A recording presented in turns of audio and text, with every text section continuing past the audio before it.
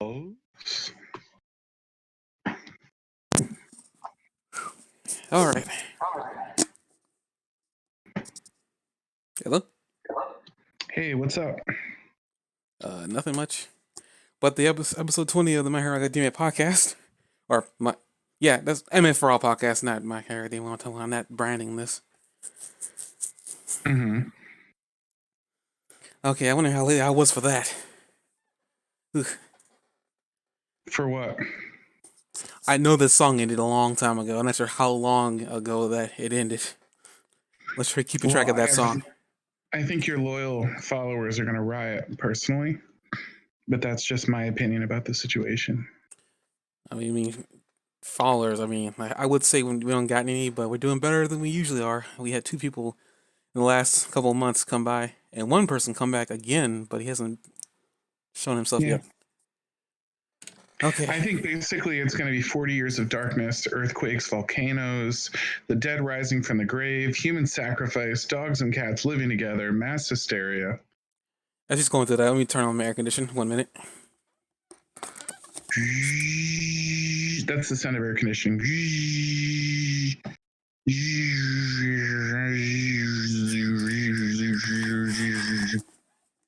Does it sound like air conditioning? It should be more of a dehumidifier, but it blows cold air, so I'm fine. Okay, this is episode 24 of My Hero Academia, I think, of season 3 or 4. A dehumidifier is more of a.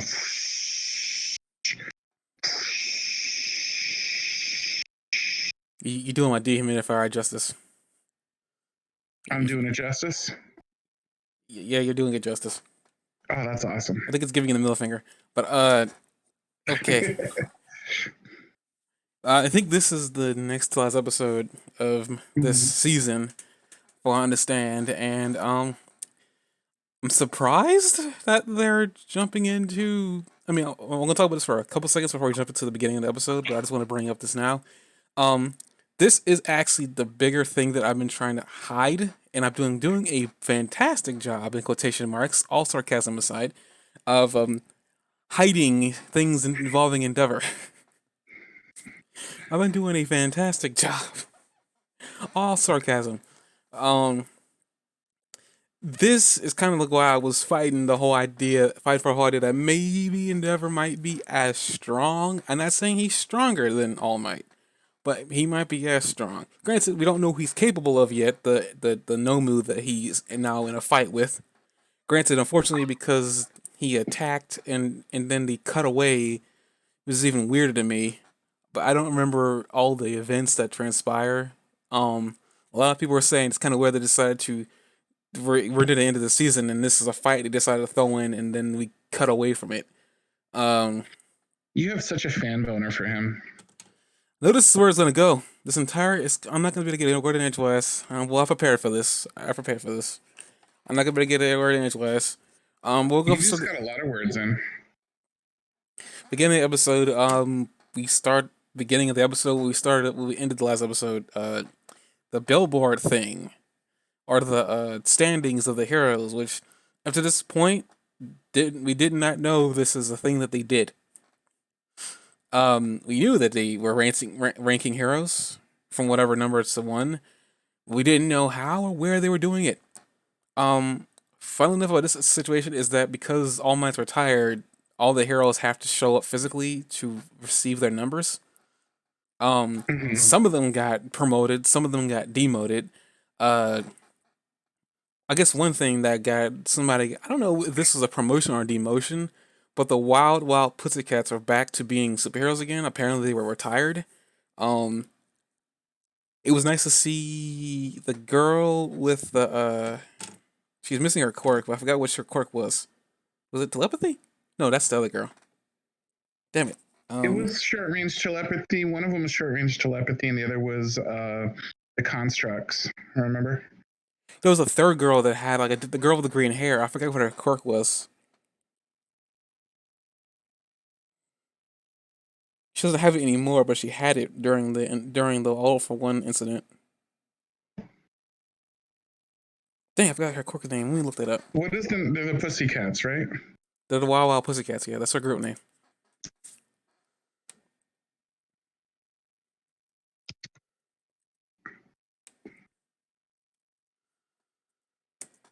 Well, let's take a look, shall we?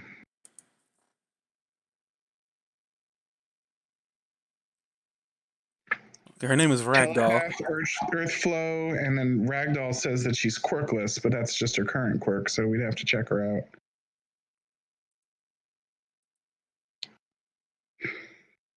The other guy's. Search is what her quirk was. Allows her What to does that monitor do? and observe up to 100 people at a time. This includes knowing their locations and weak points. Well, that's interesting. Okay, well, that definitely takes why she lost it. The quirk was too dang Yeah. good for reconnaissance. But yeah, they're back. Apparently, they were, I guess, recuperating from the incident, and now they're back to working. But they don't know if they're going to be able to get her quirk back. But because she's still capable of doing, I guess, secretary work, that's what she's going to be doing now. Um, it's really weird seeing her without her costume on and without makeup. At least all the girls, actually. Yeah. Very weird. Um, yeah, we find this all out that apparently they might have gotten up in the rankings, even though they kind of fell. I don't know how they explained it. It seems really weird. They seem like they still are in good standing, even though they're in the 200s. Or they're 24. Wait a minute, let me look that up. They went down in the rankings, but they're somehow still doing good. I'm still confused by this, but Because they're popular.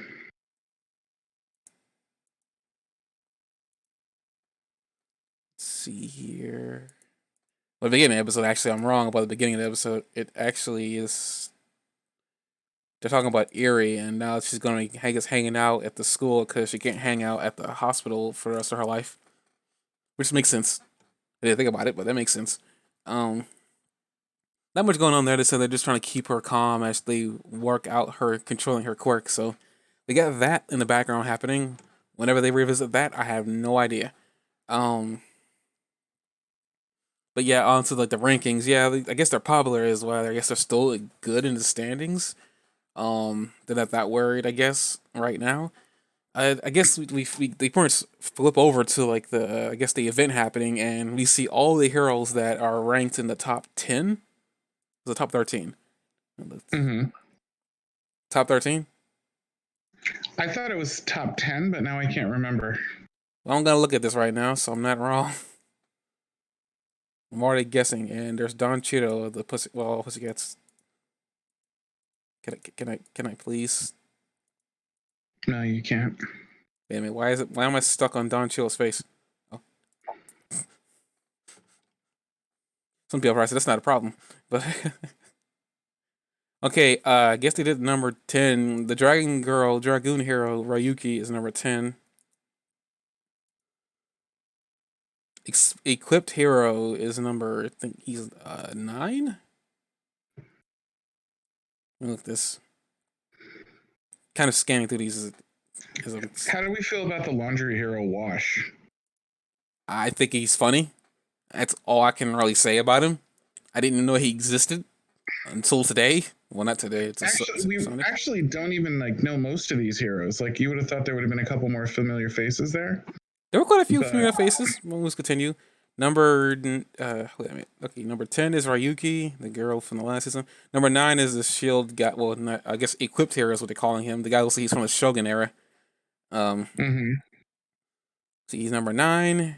Okay, come on, hurry up. I know we're doing all the talking for these characters. Oh, number 8. No wonder you brought up Mr. Wash. Yeah. I don't know. He seems like a stupider version of like 8 number. What's his name? 8 or 9? The guy with the black hole ability. I forgot his name. Well, I want to say he's 7. I forgot his name. Dang it. The one that Uraraka is a fangirl of.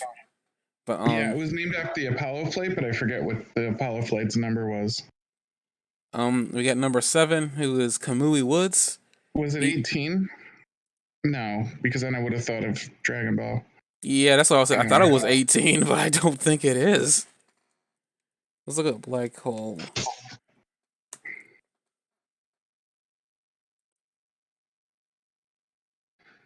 Kami Woods was like one of my more liked characters. 13. 13. His name is 13. Apollo 13, which is the name of that movie. Okay. I think he's a bootleg version of 13. I don't really care about like the washer guy. It just seems kind of random. But according to the way these things are ranked, they're based on popularity and how many people how many things they done for humanity. So I guess he's done a good. I mean, I guess making a joke out of it. He probably washed a lot of people's clothing. I don't know. But yeah, based on his rankings, apparently he's number 8. So he's done more than Ryuki and the guy who has all those weapons on his back. He's here to clean up. He's here to clean up the city. I wish he would have said he's here to clean up crime. That would have been worse to say. You missed your opportunity, man. You're slipping. Cleaning up the city is the same thing, isn't it? It was a clean up crime. Would have been funnier and stupider. He's a washing machine, Jock. I don't get it. What do you mean? Moving on, we have number 7, Kamui Liz, which you said he's one of your more favorite. Do you think he watches anime? Who? The washing machine hero. Do you think he watches anime? Do you think he watches anime? What? Watches with his eyes. Do you think he watches anime? Why? I thought this was going for a bad joke. Because I bet his favorite anime would be Bleach. I think I just lost a couple of brain cells. Speaking of Bleach, they're coming back. He's coming back with that anime with the new arc that they didn't animate, which is a good thing. I can't wait to watch that. Moving on, we have Kamui Woods. Apparently, I guess it's been speculated that Mount Lady is dating him. He's been staring at you. The washing machine hero? No, Kamui Woods. Because I mean, I'd like to take a tumble with her, even if the washing machine person doesn't. Why would Mount Lady how does the logistics of that work? How would Mount Lady have a relationship with Kami Woods? The better question is how would she have a relationship with anybody? But I mean, she doesn't have to become big during sex. I mean, if she does, I guess people. Well, I guess the only one that needs to become big is him, right? No, he's always wood. He's constantly wood. Like if anything, he's constantly hard. I don't think there's anything that's missing in this equation. Moving on, we have a little sidebar with Mount Lady, and talking about like if they're dating or not, and then she turns over to Def Hands and says, why isn't she up there and he is, and she's like number 23. Then we have this really weird guy who I think is number 6. He reminds me of Shield Hero. His name is Crust. He kind of reminds me of the guy that Crimson Riot, I think is what his name is. He kind of reminds me of him a little bit. Oh really? Yeah, I mean, not looks or anything. More that he's all about manliness and chivalry and stuff like that. And that's kind of like what Crimson Riot's thing was. Mm-hmm. And that's what inspired Red Riot. So I mean, in a real weird way. And top of he's called a shield hero. So I can only guess that maybe he's got like shield abilities, like his entire body can turn into a shield. I don't know. Like I'm throwing darts at a blank board. So I don't really know what he's capable of. He seems to be the more like emotional of the group, which is saying a lot because there are not many people who have been crying. And then we have this chick, number 5. I know a little bit about her, and I don't know if I like her or not. We have the rabbit hero Mirko. Other first impressions, don't like her. My first impression was she reminded me of the hero from the Tournament of Power, but I don't know why. They seem like they had the same sort of attitude about things a little bit. Nah, she ain't that bad. They just from first impressions of her, she ain't that bad. No. You talking about the guy from? You talking about the guy from Jaren's universe? It was a girl. It was a female character. Remember, she Oh, got her. she got knocked out, and I think she got knocked out by 18, but she gets credit as being knocked out by somebody else. I think it was 18 because she says, "Oh, I guess I got knocked out," and they're like, "I didn't even see you get knocked out." And then they cut to 18, like tossing her hair and doing a sassy turn. And I just assumed it was 18, but everybody else in the world seems to think it was, I forget whoever knocked out the rest of the group. No, I don't think. I mean, I don't remember much about that chick, but no, she don't really remind me of that. Like, if anything, what she is kind of like this anime's like cat girl, because we haven't seen one yet. And this is probably the closest that we'll get in the show, unless there is a cat girl. If there is, oh my goodness. But if you don't know what I'm talking about when it comes to cat girls in anime, you don't want to know. But she's number 6. She's Usagi Yojimbo. But I'm not talking about that. I mean, I already know about that character, which is really weird because of how old of of a cartoon character he is, or anime character. Yeah, number 4, who I'm surprised is the ninja dude. I forgot his name. Edshot. I didn't know that. I did not know his name, and I just kind of guessed. I guess I got it right. Yeah, and number 4 is Edshot. Apparently, he doesn't like the rabbit girl. And then we move into the top 3. Who apparently all 3 of them have their approval ratings skyrocket. Number 3 is Best Genus, which is the character you were talking about. We haven't seen of or where he was. So you now know that he's active. He's just like not retired, but he's on bed rest. Mm-hmm. So I guess you now know where he is now. I mean, I wasn't that concerned. I don't think he was killed, but I mean, now you got confirmation he is still a hero. I was worried about it. Didn't they say something like he's back, but he's not in action yet? Yeah, he's resting We're all still. waiting for him to return as soon as possible. So wherever he is, he's probably too injured to quite make it yet because they just show his picture. Yeah, no, he's just resting is all I'm getting from this. So I mean, he's out there. He ain't dead. There's a lot of people in the world thought he was. I'm not even kidding. A lot of people thought he was dead, not just us. So, hey, well, I wasn't sure if he was dead or not. It seemed like he was pretty hit hard, But the funny thing is too is that he Best Genius was number 4, so he got moved up to number 3 because people really liked him. So it's like, so clearly, I think Edgeshot before this was he number 7? I forgot what Edgeshot was. I know he was lower. But well, Edgeshot's number 4 now. So we got number 3 being Best Genius. Number 2 is a hero that we have not seen at all. But the main reason was because he has been doing his own thing. Number 2 is his name is Hawks. We get told that he's the youngest hero to be a pro hero. He got his own agency and he's only 20. And number 1 is, if anybody was surprised, is Endeavour. I like his art style. I don't got much to say about Endeavour. Just that Yeah, me neither. Who is he? All we really know is that he's been trying to get his act together because he now has to, fill in the ever really big shoes of All Might, and not many people, are on the edge about if he can or cannot. I have a simple question for you. Is this a sarcastic? Is this sarcastic? Because I'm not going to answer it if it is. No, it's a simply yes or no answer. Can I ask you this question? It's just yes or no. That's all you have to say. I'm gonna preface it with something else, but sure, why not? Yeah. Has he stopped beating his wife? Yes or no? It was never said he beat his wife. On top of that, no. Stop making it complicated. Yes or no? Has he stopped beating his wife? I'm gonna say yes because there's no proof that he ever did. If you say yes, that means he did beat his wife and he stopped. Yeah, there's no good way out of this, and I know you did it on purpose. There's no good way to answer that question. Yeah, there really right. is no good way to, and you chose the question on purpose.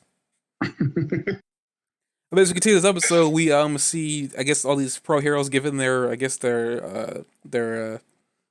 their go speeches and what you're gonna do. And as this is all happening, we see Hawks over here, parents pitching a fit. Um, Mhm. First impressions, don't like him. just just gonna just gonna flat out say that. Who don't you like? Hawks. Why? He seems arrogant. He's something to do. These characters are kind of this set of pro heroes. I have to say, like the ones that I'm introduced to, like I'm not really excited about.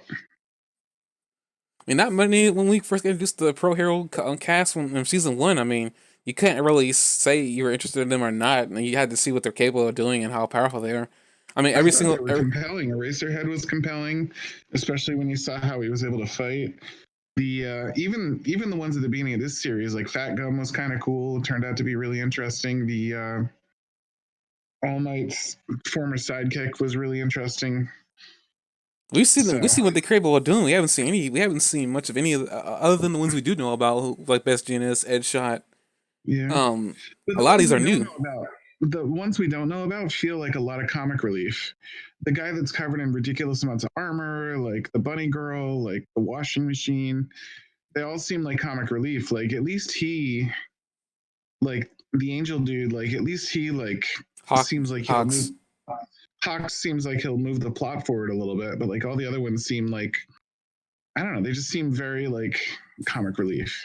I don't know. I don't like this Even guy. Edgeshot, like even Edgeshot looks like he could be a serious character, but he's like ridiculously walking around with his fingers together at all times, and that's just kind of like it Have tips you not some watched? scales over to. Have you not watched enough Naruto?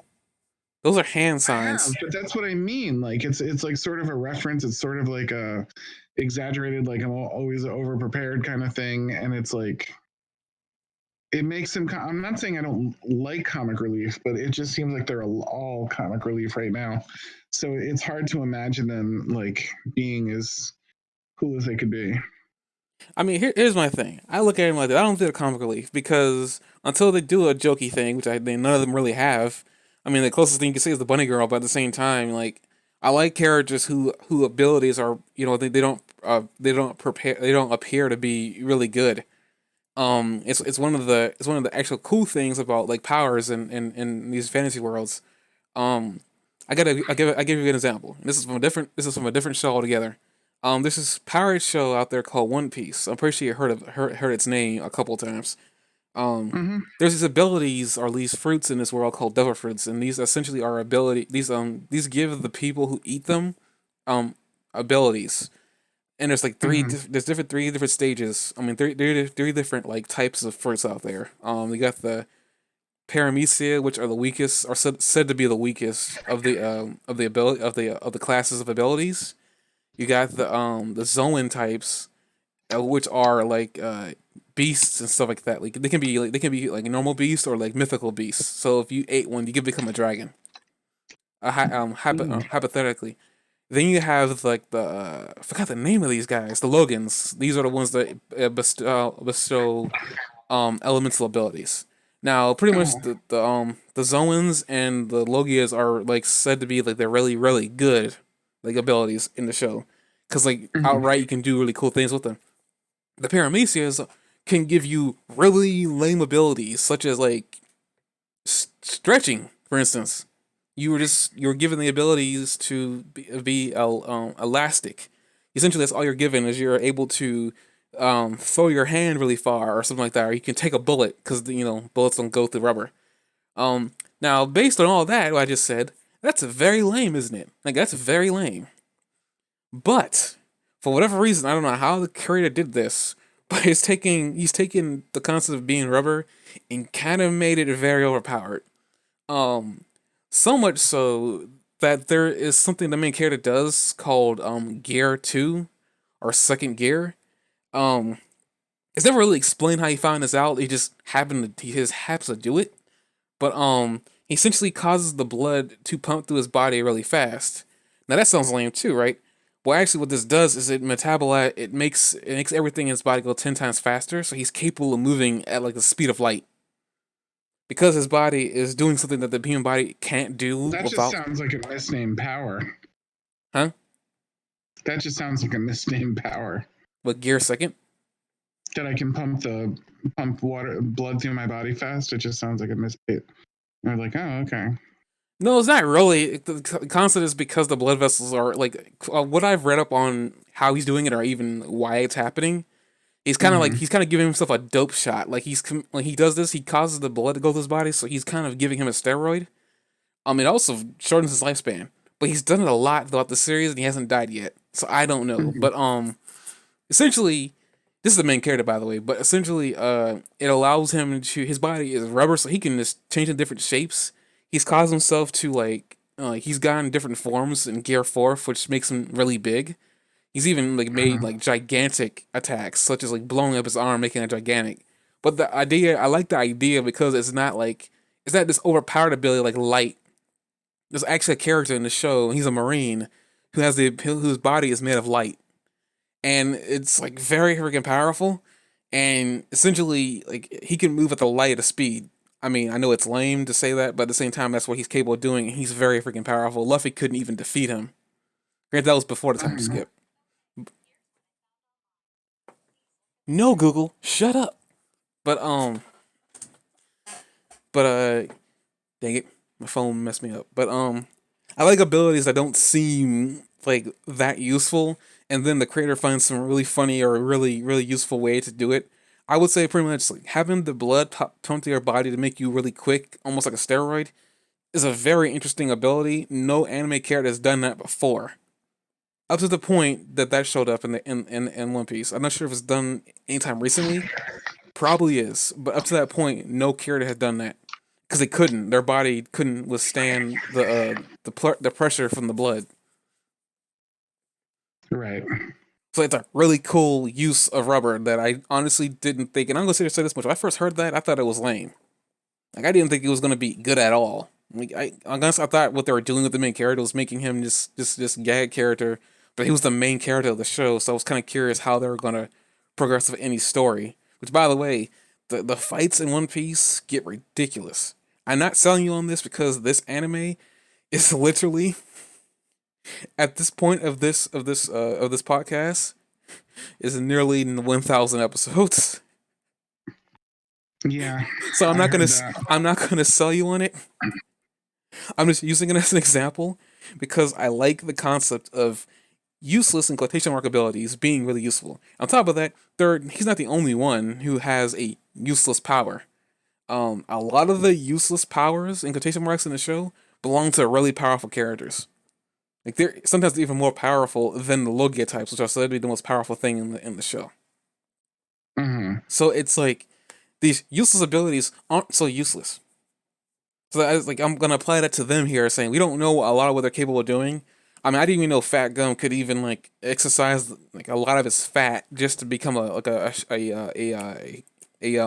shield. Well, not a shield, but an unstoppable spear.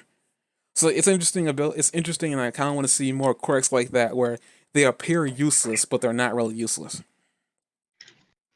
That's another reason I kind of like Mineta. Like his ability is useless, so I want to see what his ability can do if it really pushed to the limit. I'm not sure if there is. Your ability to push your stomach out of your body. I mean, I don't even know. Like that right there, I have a hard time trying to figure out, other than what she used it for. How could that be useful in combat? Granted, I don't think Froppy is trying to become a combat hero. I think she's trying to become a rescue hero. So I don't think that's a right thing to say. I don't know. What if you went shopping and you forgot your reusable bag?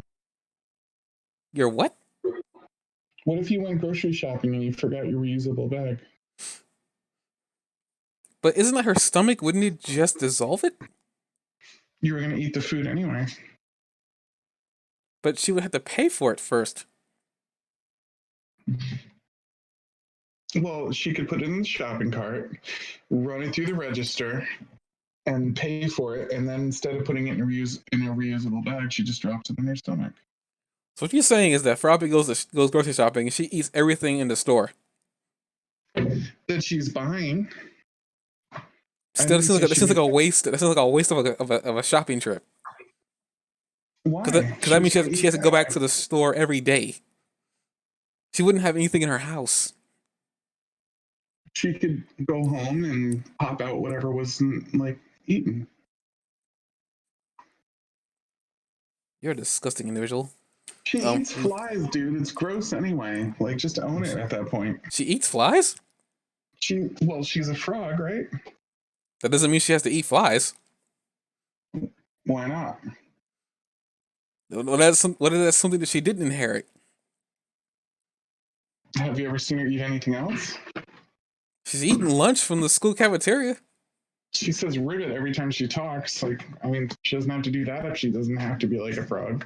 I like how I'm the one trying to defend her, but that's your job. I'm just saying that she eats frogs. I'm literally defending Frobby, and you're just trying to trash talk her.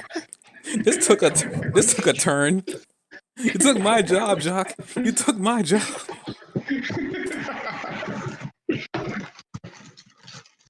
I don't know, dude. I think she probably eats flies. But on to Hawks. I really don't like him because of his personality, but also something else I don't like about him, and it confuses me, but it's something later on. And they might not even go into it before the season ends, so. So how come you like every other initially unlikable character, but not him? He just comes off arrogant, and it's not the good kind of arrogant. It's not like Bakugo's a good kind of arrogant. Bakugo's like a kid. This guy is 20. He's like essentially an adult. And so far, he hasn't done much. I mean, other than when he's walking through his hometown, doing all that cool stuff. His personality to me rubs me the wrong way. He seems like too arrogant. Like to me, he hasn't. Bakugo had kind of earned his arrogance. What about Evangelion, or whatever his name is? Who? Evisceration, Evangelion, whatever his name is. What? The Flamer. You talking about Endeavour? Yeah. I didn't like him at first. I only liked him after reading further into the series. He's not very relevant. I just, he's not relevant now. It will be in the future. Back on to the episode, like to me, like Hawks, he hasn't given me a reason to like him, and I already don't like him because of everything that he's done at this point. He seems like he's a manipulator, and that wasn't something that Bakugo was. And as far as I can tell, that's not something that Endeavour was. No, he definitely didn't sire a son specifically to make it more powerful. And then, like, he was a mating partner, and I try over and over again to make a powerful hero.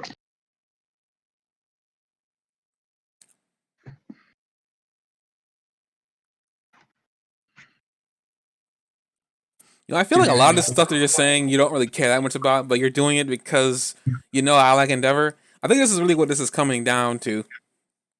You could care less about Endeavour. I like him as a character, and also like him with his powers, but still, that's like ridiculous. I'd care about him more if he was a little more relevant. We're about to have an arc with him in it. I mean, from the freaking forefront. We've had plenty of arcs with him in it. He just kind of stands in the background and goes, grumble, grumble, my boy isn't good enough. Well, he'll be doing something in this episode. He literally got attacked by a Nomu. Which is actually what happens is later on in the episode when he is having a dinner with Hawks, which, by the way... This isn't even the first time he's been attacked by a Nomu. This is the one first time he got attacked by a Nomu by himself. Well, not really by himself, I mean with another guy. He stood outside of the superhero invasion and like single-handedly fought a whole crapload of Nomus before. He wasn't by himself. I mean, he's not really by himself here, but it's more like, I mean, another thing too, I feel like Endeavour, as much as an a-hole as he is, I feel like Hawks is like dragging him for whatever reason, and he's manipulating him. I'm not saying Endeavour doesn't deserve being manipulated. At the same time, Endeavour is clearly smart enough because he's literally constantly questioning every motive that Hawks has, and Hawks is just sitting there saying, "I'm not going to give you anything unless you follow me to my hometown." And giving you all these cryptic notes that are just something out there attacking people. Like it's okay to be arrogant. Like I really don't like him because he rubs me the wrong way. Like he looks too smug. He acts arrogant. Like, and I get it that he's the youngest pro hero there, but still, I can't read him, and that irritates me. At least I can read Bakugo. At least I can read Endeavor. I can't read this man. It irritates me. I don't know whether he's a good guy or a bad guy, and that's really really bad in the show where there's been a lot more villains showing up. Mm-hmm. That's really bad, and maybe that's how he's supposed to be we written. didn't know if ergonomic was good or bad, did we? Who the heck is ergonomic? The fire hero. I feel like you're doing this on purpose because we said his name enough times throughout the course of these freaking podcast episodes.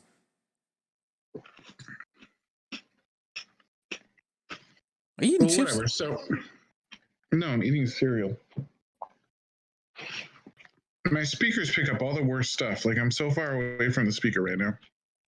Yeah, it also seems to block out your voice sometimes. I don't understand that, but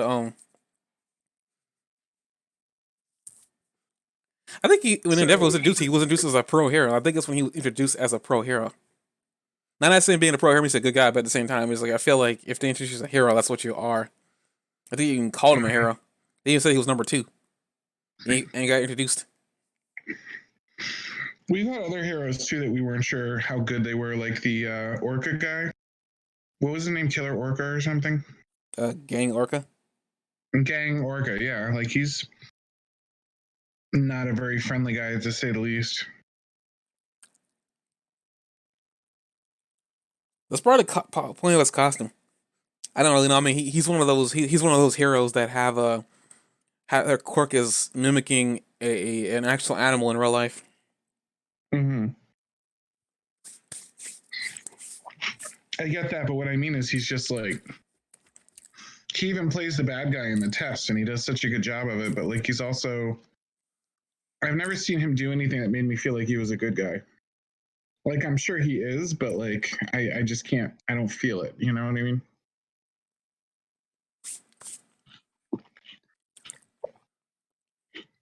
I know it's like with you with some, I guess, certain characters. You want to see more of them before you give an opinion on them. Like you don't just straight out give an opinion on certain people. Mm. That's a bad thing. Yeah, I'm just saying that it's like certain characters you do that with. Like I'm not sure if you're saying you like Hawks, but it's like at the same time, like I mean you can if you want to. But I'm just saying it's like for me. Granted, I also know a little bit more about Hawks than you do, and that's also driving my opinion on him. But still, I'm definitely not saying I like him. I'm saying I like him as a story element more than the other new heroes. I think the other new heroes are kind of compared to him so far. well, I don't even like him as a story element. He's too vague. We need someone to mix things up, though, and like everybody's too predictable right now, and he's an element. We need that to mix things up a little bit, and make the story interesting. And that irritates me because I don't know where he stands. But he messes with people and brings out their true colors, which is great. I mean, that's so fine and good, but when I don't know where you as a character stand, I have issues. And I can't wait to get to the point where I can truly give a true and unbiased opinion of him because I really, really, really don't know where he stands, and his storyline confuses me because I don't understand it. The little bit that I do know about his character is like really confusing me. I don't understand it. Like what they what I've seen of what they do with him. I'm like and here it doesn't help that I don't know where he stands. Like I'm still confused. All this I'm doing right now is really just blind speculation. I don't know what they're doing with him, where he stands, like where it is. Even as a story element, he's really annoying. Like he literally is like, and on top of that, getting off the Endeavor train, it seems really weird that he would drag Endeavor, of all people, to his hometown. Especially when Endeavor doesn't have the best press. It seems really weird that he would drag him, of all people. I'm surprised he didn't try dragging, like, the Crust dude, or like, the bunny girl, who seemed to like him. He drags the one guy who doesn't even like him or doesn't want to be around him. Well, I hear what you're asking, but like, I thought it probably wasn't a coincidence that Nomu jumps through the window and attacks him right when he's brought him to the exact place that he wanted to bring him to. I mean, I'm pretty sure it's not a coincidence. I'm pretty sure. I mean, as vague as he was clearly hinted that was something big about to happen because he literally dragged him to the top floor of a restaurant, just in the nick of time for that Nomu, who we already saw before, was hiding in the shadows and was given orders to move, and was capable of talking. By the way, which not no Nomu up to this point was capable of speech. So it's quite clear this Nomu was intelligent, which is scary, by the way. So he's kind of a puppet master, it seems like. I'm not saying that he isn't. I'm just saying like he's been a huge manipulating person, and it's all right to manipulate her to me. At the same time, that better not be the first thing that comes like out of your character when you first show up. And that's literally the first thing he does is manipulate somebody. And like he manipulates Endeavour, fine. I mean, Endeavour is probably gullible enough to fall for it, which I mean, clearly he was. He literally went to his hometown, and now he's in the situation he's in right now. But like for me, there's too many unknowns of Hawks right now that irritate me. And I really want to say what really is irritating me right now, but I can't because of spoilers. So holding on to that information until it comes relevant. He doesn't kill Froppy, does he? No. Okay. I couldn't handle it if Froppy died. Now we're back on the Froppy train. Christian, we're back on the Froppy bone train. Moving on. I'm just saying I'd have to turn the anime off forever if that happened. Would this be a one-person show at that point? But you just make it called the like Evangelion show at that point and just do the fire dude the whole time. Okay, we were talking about the Nomu attacking him, well, attacking the thing. Granted, they cut away from that, so we don't know whether Endeavour is able to fight that guy or not. Endeavour, yeah. Endeavor's able to fight that. I guess speaking of that, before we move on to like near the end of the episode, interesting. I know you're gonna make fun of this, but I'm gonna bring it up anyway. We see that Hawks has a lot of fans, and apparently we see that Endeavour has got one. I thought this was adorable and funny at the same time. When I first saw this, I honestly didn't think he had any fans, but it's funny to see that he had one fan, but he was a fan of Endeavor's dickishness. Yeah, I don't know what this says about the fan base at this point. Because Endeavor's about to lose a lot of fans if he starts turning over a new leaf. Which is already turning over a new leaf as it is. But if he really starts turning that leaf over and rocking that boat, I know there's gotta be more than one fan, but the fans that he did have are gonna leave the Endeavour fan club.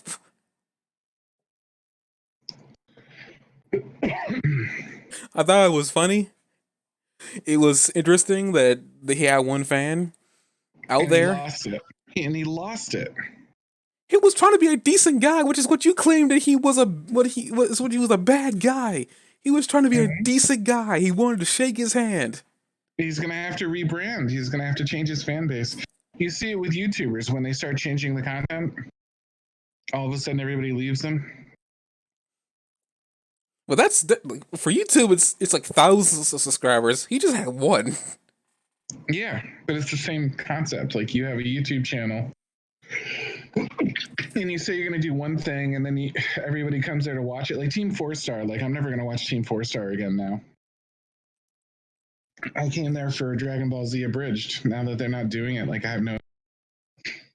You don't want to see. You don't want to see any of their original content. Not unless it has something to do with Dragon Ball. I mean, you're entitled to your opinion, but at the same time, it's like after a certain time, like I mean, even after Dragon Ball Z Abridged had ended, if they did the Buu Saga, which they said they were working on, and then they said that unfortunately they couldn't come up with any good jokes. A lot of people said, "Well, if we can't do it, bring in some new people." I don't know if I would enjoy, Team Force are adding in new people to add in new jokes to the Buu Saga. Which, by the way, I honestly, if I was Team 4-Star, I'd have no idea what to do with the Great Saiyaman Saga. But you have to use it because it's got to be set up. But they were already setting it up with Videl. I mean, they freaking had somebody animate a whole baby version of Videl just to put it into the Cell Saga, which is surprising. Yeah, I get that, but like at the same time, like Videl as an older character is going to be totally different than Baby Videl, just in the same way that Baby Goku, like 5-year-old Goku is different than adult No, Goku. I know I get that, but what I'm saying is that it was surprising that they put the extra effort in to do that. Yeah, I applauded that. That was But pretty also, awesome. but you also got to come to the fact that, and I know you've already said that YouTube is killing a lot of your favorite people, and Almost all of them. and unfortunately, Team 4-Star has to, because at first they were doing this. I didn't even know when they switched over to doing this as a full-time job, but at first they weren't even doing this as a job. They were just doing this for fun. I didn't know when I didn't know when they converted over to this being on their on income. In their own video, they even said they have people that depend on them. Yeah. So like as much as they probably would have, I mean, apparently what they're doing, they were dubbing, they were abridging the Broly, not the Broly movie, but they're abridging the BoJack movie. But according to them, it was killing their buzz. They couldn't come up with any good jokes. So it was that said they need to stop it there. I'm not entirely sure how much of the Buu Saga they could have been used, other than the Go Tanks things. I would have loved to see their takes on the fusions. I would have loved to see their takes on the fusions. I would have. I know I'm a Piccolo fan anyway, but I would have liked to see their take on Piccolo in that series. They did a good job of Piccolo. I don't think Piccolo's would have changed that much. The only thing I would have said that they would probably it'd be interesting to see is Piccolo's conversations with Go Tanks in the Hyperbolic Time Chamber. That would have been funny. It's the head talk though. Like, could you see? Oh yeah, that. I forgot about Nail and Kami. For example, when Piccolo gets turned into a stone, like I would have loved to hear the head talk. Piccolo and actually that would have been hilarious. And the other two, like while they're stuck in stone, you're like, oh great, this is just fucking fantastic. Or like arguing as they're oh my god, I can hear it. I can hear it now. That would have been amazing. I forgot about the Piccolo get turned to stone. It would have been hilarious to also hear what they had to say after he got broken into pieces. He's like, oh great. We're over here, we're over there, we're over there. Apparently we're over in that pond in that duck's mouth right now. Could you see Nail having Guru flashbacks when Piccolo was babysitting the kids? Oh dear. Actually, speaking of really fun, it would be interesting to see their take on Dende as a little bit older and Gohan as an adult, because we know about the whole gay fanfic thing that they're doing with Dende. But I was looking forward to that, because there would have been competition, because Gohan would have been going out to Videl at that time, and it'd be kind of interesting to hear his inner monologue about Videl. Totally. It's like, this bitch will be going on my man meet. I'm gonna do something about her. Mr. Popo walk in. Mr. Popo walk in like, young master, is something wrong? No, get out of here. I'm not gonna show you my weed. And then Dende's is looking back at him. Yeah, I mean, there would have been funny. There would have been funny things they could have done. But I think for them, they were, a lot of it was YouTube. I mean, Toei Animation specifically, the people who animate Dragon Ball Z, who was attacking them, and they said they had been attacked. They've been attacked so many times that they can't just keep constantly fighting for their child to come back. Yeah, another great moment would have been if when they animated when Goku and Vegeta fused. Oh dear God. I think that would be amazing. And then when Boo turns him into chocolate and they keep fighting, I think the moment when Boo turns him into chocolate and they're like, they like, he's like, aha, now I'm going to eat you. And then it's like, as it hits him in the face. It'd be great. Like, I'd love to see how they handled fusing too. Like if they were both talking. I mean, that's what I was saying. I wanted to hear their take on fusing, but honestly, now that you bring up the whole Nail and Kami thing and Goku and Piccolo's head, that probably would have been how they handled it. Right. But it'd be more like conversations. It'd be more like them talking at the same time, but you can still hear the inner monologue of like Vegeta's like, "Damn it, Kakarot, stop doing that! Like, I'm trying to be serious over here. Like, I'm just trying to have some fun here. I want that muffin button. What the heck's a muffin button?" He turns him into candy. He's like, "I'm delicious." We're a chocolate drop, you jackass! And I know, I still didn't get that. I still get that muffin button. I wouldn't become a muffin. What the fuck are you on about, Kakarot? I always wanted to be, and apparently lost the one viewer we had. Aww. There was one viewer here, and they're on about. Oh, good lord! I think that's a good. That is a good like ending there. But before we end, I want to see. Besides them getting attacked by Nomu. Oh, that's right. I think this is an interesting thing to talk about. We're talking about how. Well, I think you brought this up that it was kind of funny that like somebody was making like how to be a villain, like books, and people were buying them because dang, Gentle had one in his closet. Apparently they bring up here that there's been some printing of a guy named Destro and something about a meta-human liberation warfront. Um, I accidentally get spoiled on this, but when I was looking at the seasons, at least the arcs that they had, there was something called the a liberation arc. I don't know what's going on there. Oh, I just know there's an arc called that. So this right here is apparently them seeding that in. Apparently we're going to deal with that later. I mean, it makes sense that they're going to seed it in here. That we're going to deal with it later, but I didn't know it. I didn't know this was a huge thing. So I guess speaking of that guy, the liberation, we had that one little funny guy out there whose quirk was embarrassment. Apparently, stripping naked would make him stronger. Like, this is one of those like really weird abilities in this world that you wouldn't think to put in your show, but the creator apparently thought about it. Great. It's just one of those like really funny things that I mean, it probably wouldn't help you in a fight, but it's just funny to think about. But Case of the hiccups makes you extremely powerful. I'm pretty sure there is one. I'm pretty sure there's somebody who has that's that quirk. Surging with power. Just imagine. Just imagine, like you get scared in the middle of a climactic fight and you're about to win, and somebody spooks you and your hiccups go away. It's like, oh dang it! I have to prepare for my ultimate battle. Why are we going into a diner? What the heck? I want some bean burritos. Oh dear God! What the heck? I'm gonna embarrass the fuck out of myself. Oh dear God! Yeah, I guess we go past Endeavour and meeting his fan and screwing that up. And then I guess the last thing is like them getting attacked by that Nomu because they cut away at that point. Which a lot of people thought it was weird that they decided to throw that in there. That's the last thing we see is Endeavour eating dinner with eating dinner in quotation marks because he didn't really eat much with Hawks. But yeah, there's that. Not much else to talk about this episode. I think the next episode is gonna be the finale of the season. Still no right? Still no confirmation of if there's a season 5. There's gotta be. I mean, it's sort of like there's been no confirmation yet. I mean, I can look this up. Make this be 100% certain. I mean, they'll tell us at the end of the season. You know, wait for da da da da da. There's a release date or at least a release like schedule for when to expect it. Yeah. It looks like it's ending April 4th. What is the series? The season. Oh, it'll be one more and that's it. Oh, Deku, we're gonna miss you. It was forever before the next season started last time. I feel like it's gonna be forever again. We're gonna. But they ended in April. They didn't start to. No, I think they ended in December, and we didn't see them again until like October of last year.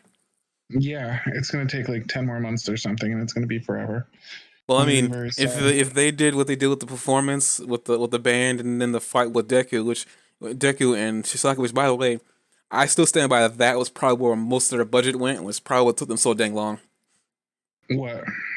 The Chisaki versus Deku fight, the final fight. Oh yeah, it was pretty good. That was some serious animation. That was ridiculous. I was not expecting that.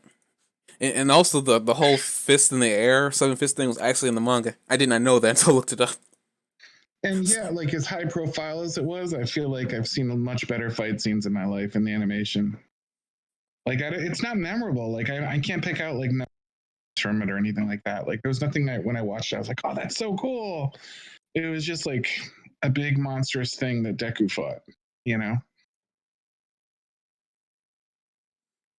Maybe I find this season a little more enjoyable because I hate Chisaki so much that it just brings memories back, and I just don't like him. Okay, like give me like a moment. Like what was a great moment from the fight? Repeat that again so you cut out. Give me a great moment from that fight. With the final fight? Yeah. Okay, I like the whole like one of the things that Deku like before he flew at him, so Mm-hmm. I'm gonna change my fate because I know because dang, I forgot his name. Night Eye said that he was gonna die in this confrontation with Chisaki, but he proved him wrong. I like the whole Eerie hugging onto him, and pretty much Deku realized that he can use all 100% of his power, and also it being like him being an angel to Eerie in a way, just trying to save her.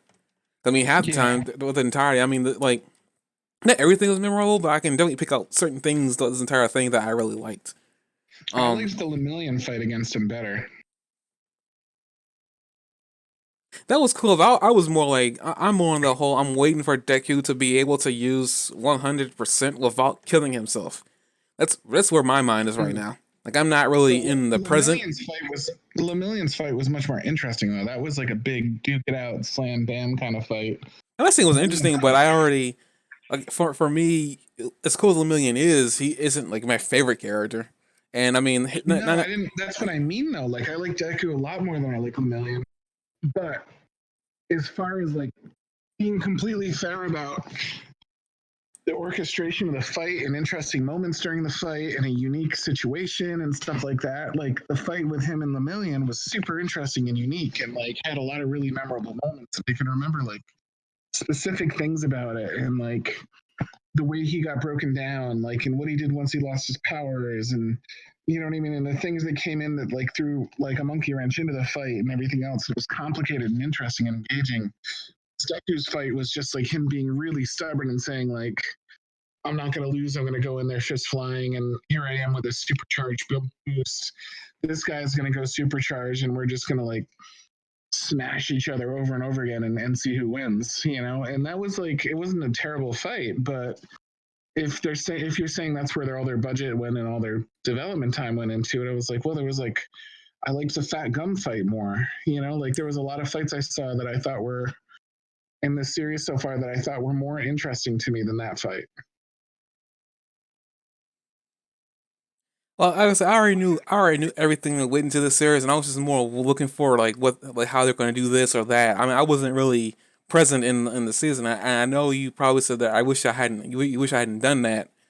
But I was like, That's all right. I already gave you my reason. I mean, I'm not really positive. I'm just saying that, like, for me, like, because maybe one of my downfalls was like listening to all that hype for overhaul. I mean, yeah, overhaul and like seeing people all excited for this character, and I just wanted to see more because, like, for me, and you always say you don't really watch a lot of anime, and you also don't like you gave me the reasons for it too, which makes a lot of sense. You don't have a lot of time, but for me, when I was going to school and whatnot, I read a lot of manga and I also watched a lot of the manga, get animated throughout the entire thing. So I was usually when I do that kind of thing, my mind goes into how is this gonna look?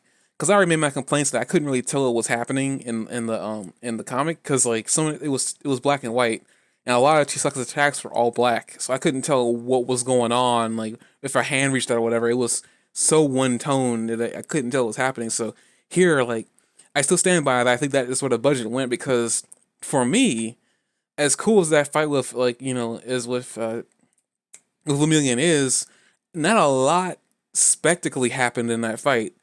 A lot of what he did, it was already something that I was expecting. His quirk is essentially him going through things, making him almost impossible to hit, especially if he knew how to do what he was doing.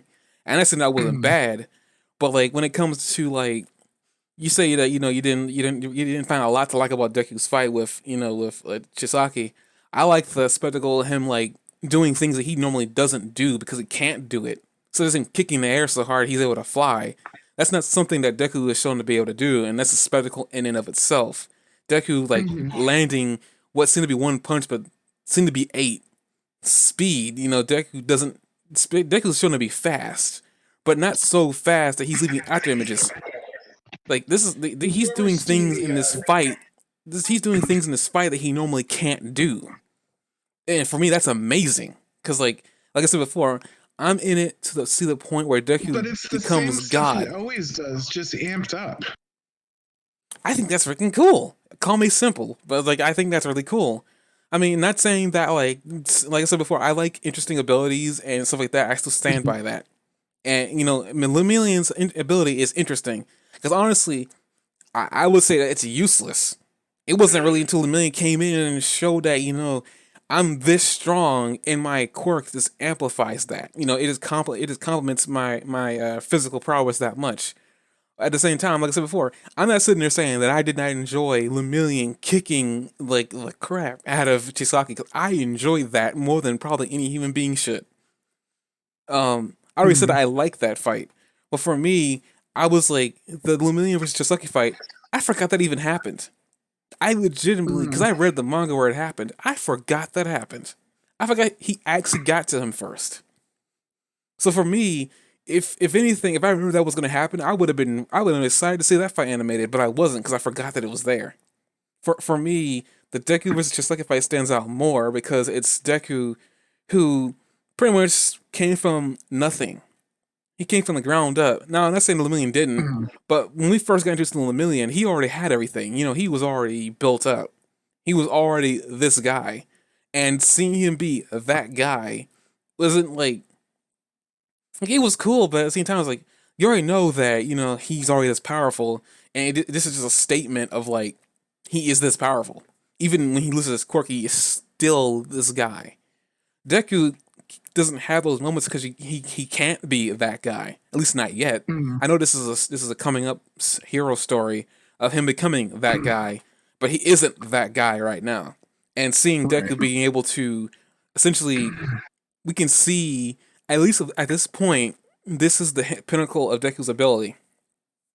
It's going to get stronger and it's going to get better, but right now, what he was able to do thanks to unfortunately using Erie as a battery, which I keep on calling it. A lot of people don't even refer to Erie in that fight as a battery, but I'm the only one who seems to, for a reason, be saying that. But like that's essentially what she was to Deku at that point. Not saying that she was an object, but at the same time, it was like Deku he was using her to supercharge his ability so he can at least go all out to be able to fight Chisaki. And like for me, I know I guess something you don't really like godlike characters, or at least godlike characters without like purpose. So so it's like one of those things like I'm waiting for Deku to reach that point because he hasn't. He hasn't even gotten that point. I mean, the closest he gotten is this fight. So I'm very excited that at least we got a chance to see Deku go all out because he hasn't been able to. He can't. All Might's always been there to save his butt. The closest to that is when he fought Muscular. And he hurt himself when he went technically all out. According to the creator, though, Deku didn't use 1,000,000%. He was using it to amp himself up, so he used it like more like 10%. I don't know how true that is. He was on the created the character, so he knows that character better than I do. I don't know. It's just like a cop out reason to say that he wasn't using 1,000,000% and make that moment less epic, but like I enjoyed that fight a little bit more than Lemillion because I knew it was there and I was looking forward to seeing it animated. I was looking more to that fight than Lemillion. Now, if I wasn't looking forward to that fight, would my opinion be different? I don't really know. I feel like maybe Lemillion's fight would have probably been higher on the list, or like it would have been fighting. It would have been fighting for a really cool fight for me, but because I knew it was, I didn't know it was there, and I forgot all about it. Not saying Lemillion's a bad character. It's just that I forgot he even fought or even got to him first. I knew he was chasing after him, but I forgot that he managed to fight him first. So can I jump in for a minute? Sure, I've already said all I can say. So have you ever seen the Justice League Unlimited cartoon? Yeah, but I'm going to tell you right now that if you probably try to call a really memorable moment, I'm probably going to forget because I've been seeing it such a long time. So let me give you a quick, as fast as I can, summary of the final fight in the end of Justice League Unlimited. It's Superman. Spoilers alerts to anyone that's listening. Superman takes on Darkseid, and Darkseid they meet at the top of the Daily Planet. And is this the fight? Is this the episode where he dies? No. Oh, okay, never mind. He doesn't. He dies to Doomsday, and that's in a movie, not the end of the episode. So Darkseid takes the globe from the top of the Daily Planet and swings it down, just blunt force swing at Superman. Superman stupidly puts his hands up to catch it, and it smashes him and it rocks him all the way down through the Daily Planet like skyscraper, reducing it to rubble. And there's that drama because like Lois Lane is in there, and and his best friend Jimmy and stuff like that. Gets to the bottom and he's hurt bad from that, and he gets up, and Darkseid starts beating the crap out of him for a little bit, and Batman and Lex Luthor are in the scene, and Batman tries to stop Darkseid and does a couple tricky things for a second, distracts him for a moment. Darkseid uses his Omega Beam, which they've been building up through the entire show, is like unstoppable. Shoots it at Batman. Batman does all these elaborate things and gets it to hit a parademon instead of him. He then looks at Lex Luthor, and Lex Luthor just takes off running and hides. So then he goes back to fight Superman, and he fights Superman, and he lifts him over his head and does a backbreaker like over his knee with him, and Superman falls to the ground. His back doesn't break, but he's hurt. And he kicks around Superman a little bit more. Batman jumps in out of nowhere and tries to stop him again. He throws Batman off hard. Batman's down now. And he says something about stubborn, and he goes, yeah, he's definitely stubborn. Superman's now pissed off. He gets up and he punches like Darkseid, and he says, yeah, he's stubborn. He'll never give up. In fact, none of my teammates will. And Darkseid reaches over to punch him again. Superman blocks it and punches him again hard, and he goes flying through the wall. Now they're on the street outside of the dark, and I'm saying all this all from memory. Now they're on the street outside of the Daily Planet. And he goes, I've got a different problem. He goes, I live in a world made of I feel like I live in a world made of cardboard. And he goes, if I'm not careful and I touch something, it's going to break. And he goes, but you can take it, big guy, can't you? And he punches him again, and like the guy like goes down, you know what I mean? And gets up and he's staggered, and he goes, what I have here is a rare opportunity to show off my power, like really cut loose. And he goes to punch him, and Superman punches him, and the thing slows down for a minute, and like he hits him so hard that like there's almost like a reality bending shockwave where everything just kind of bends backwards for a minute, and Darkseid gets just knocked off into the distance. You just see him flying into the stratosphere, and then it shows Superman, who appears on the other side of him and is waiting for him to come, almost like a Looney Tunes character, you know what I mean? And it's just, he's showing off just how fast he is, that he can punch this guy and then he could just be where he was, waiting for him to show up so he could suplex him into the ground. And he smashes him into the ground, and he creates a giant crater, like huge crater in the city floor. And he goes down there to beat the shit out of him, and Darkseid's beaten. And he throws this like something called the Agony Matrix or something like that. And he throws it on Superman. No, the harder that Superman struggles, the more it's going to hurt him. It's like using his own energy against him, and Superman's beat. And Lex Luthor had gone off and done something. He comes up and he offers him something called the anti-life equation, which they never quite explain in the series, but it's what Darkseid has always wanted. Darkseid accepts it, and the two of them just disappear. And the reason I explain all that, and then Superman's like freed from the Agony Matrix. The reason I explain all that is because you have a moment there where the superhero is finally allowed to cut loose, but there's a whole plot point behind it that Superman could always cut loose, but he was afraid to kill somebody. He wouldn't kill, he wouldn't be able to do it, but he's like, here's someone that's like worthy of my full strength, and I'm just going to cut loose and unleash on you. And that's what's going to happen. And like, I'm going to hit you as hard as I can.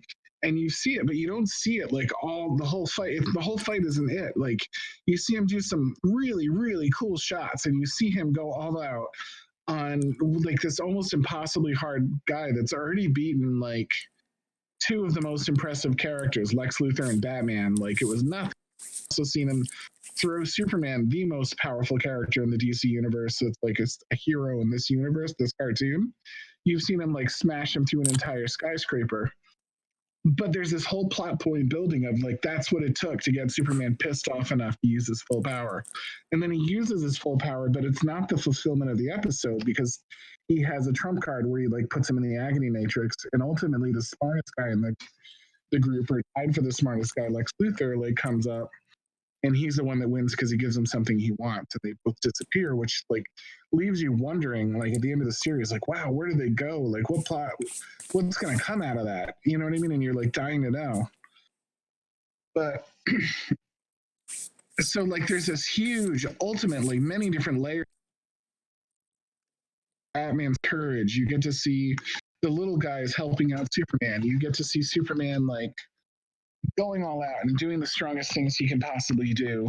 You get to see why he doesn't normally do that. It adds meaning to the other episodes because you know that he was holding back then, and he could have done this stuff all along. And like you see that even though he got his butt kicked hard by him, that like, he was still stronger than him in the end. And it's just such a testament to how much of a badass Superman is. You know what I mean? Behind that like good guy persona, and like there's all sorts of stuff you learn about the characters, you learn about the plot, like you learn about what it means to be a trump card, and like Lex Luthor's case where like he's completely physically inferior to Darkseid, but like he has a trump card, he's like the king of the deal.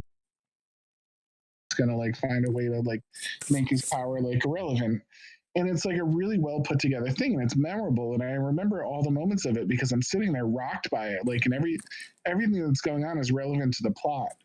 But when Midoriya goes up against Overhaul, like, you don't really learn anything new about either character through the whole fight. Like, you get a little bit of an idea of just how powerful Midoriya could be at that point, but you don't even find out how powerful he's going to be someday, because you know, and I know perfectly well that like raw power has very little to do with how effectively you use it in this series. Like, your ability to finesse that power is like way more important than just how much you can amplify your power. So you don't really learn anything about, like, you don't get a peek at what he's going to be like in the future because you know he's going to be better than that.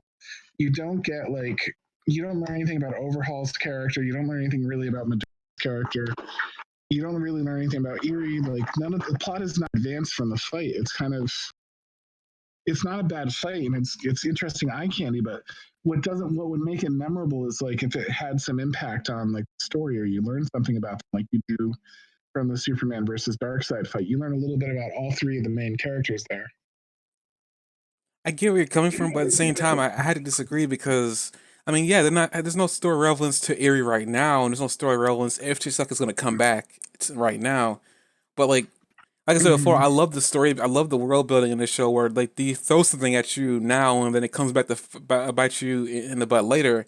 Like that's what I feel like Erie is, and that's what I feel like Deku right now is. And like I said before, what I'm expecting, and so far this show's done a good job of define my expectations. But like I said before, I know Deku's gonna become freaking godlike at some point. For me, this season was more about seeing how they're gonna animate it and how they're gonna handle it, and not much because I've already read, and I already read the comic or the manga. I'm gonna call it the Japanese the comic already through, and yeah, there's something I didn't understand what was happening. But at the same time, I felt like there's things they're seeding these things into like in now, so when they come up later, they're more relevant. Like I don't think there was at least for me. I'm not gonna say for you. At least for me, nothing in this season, at least in the overhaul thing, was really irrelevant, and not even like in the gentleman fight either. It was either really irrelevant. I think what it really comes down to is not your fault. This is just how you expect to consume media. Because you talk about Darkseid, and I think one thing I want to bring up that I think Darkseid is not a fair comparison to a lot of these villains in this show. Because Darkseid, I think you said before, Darkseid was already built up a long time ago when he first got introduced as a character that could fight Superman on par, and he already had like story significance. He already hated Superman. He already despised the Kryptonians. He was on a planet that was mirroring them. He essentially was on like a different version of Krypton. Yeah. He was essentially their Superman. Just evil Superman. He was already this big bad, and one of my biggest problems with Superman, and it could be a problem of Midoriya or any other character for that matter. I don't like Superman, and I only realized this recently, over the course of like the last couple of years. Um, and like I never realized it because I was looking at like that fight you're talking about. I remember that fight when you started describing it to me, but like the thing it wasn't as amazing to me because Superman was Superman, It's like it's like, and I guess the best way to describe it is like, for me when I was watching those cartoons, I never had the worry or whatever. Even Superman for that matter. I mean, Superman was a perfect example of this. Whenever he showed up, I knew the villain was gonna get put in jail. There was no real. Is Superman gonna do this? Superman gonna do that? I mean, Darkseid is a different story because of how he's built up. But even as a kid, I didn't understand that. I really didn't understand like what Darkseid really represented to Superman's story at all. Looking back now, Mhm. I can definitely appreciate what he stood for in Superman's story. The Mhm. ultimate wall. You know, essentially the one guy who he can let loose on.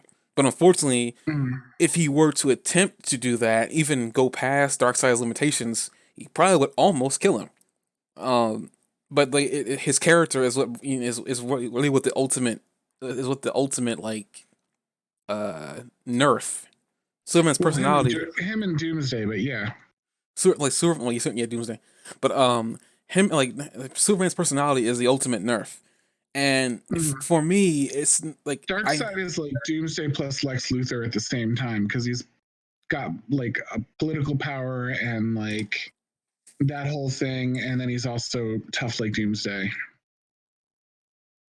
yeah, I say that, but like Superman, like he had all this power, and yeah, it was cool to see him like be able to cut loose for the first time in a long while because we know that he had all these abilities. But it's like they even like when he first even like, I think they even joke around a couple of times too, like what other powers is Superman gonna manifest all of a sudden? Like one of my biggest issues, and it's really just because of how the story was made and like how Clark fits in all of it. Um, Superman could, and he already has manifested a new power, and it seems like I mean he could do this with any character, but Superman it really irritates me the most because like he's already this strong, and he in any superhero story he ever gets starts over again, he almost immediately goes back to 100%. Probably like 30 issues in, so he never remains weak for too long. Mm. And that irritates me a lot because we don't really get a chance to see Superman's like frailty in the physical sense. We always see and it's not a bad thing that he's in love with Lois, but at the same time it's like we always see the weakness that is Lois Lane. We always see that. Well, he's immune. He's vulnerable to mind control. They fixed The that. the parasite.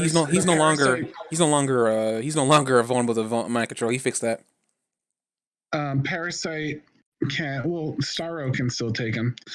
Parasite can still drain his power and steal it and feed on his power. Doesn't Like really matter when Superman can absorb. Sorry for cutting, but it doesn't really matter when Superman can just go into the sunlight and regain all his power again. Like for me, I mean, I understand you're talking about, mm, and I respect that. You know, this is you know what you're talking about, Superman. So I respect that.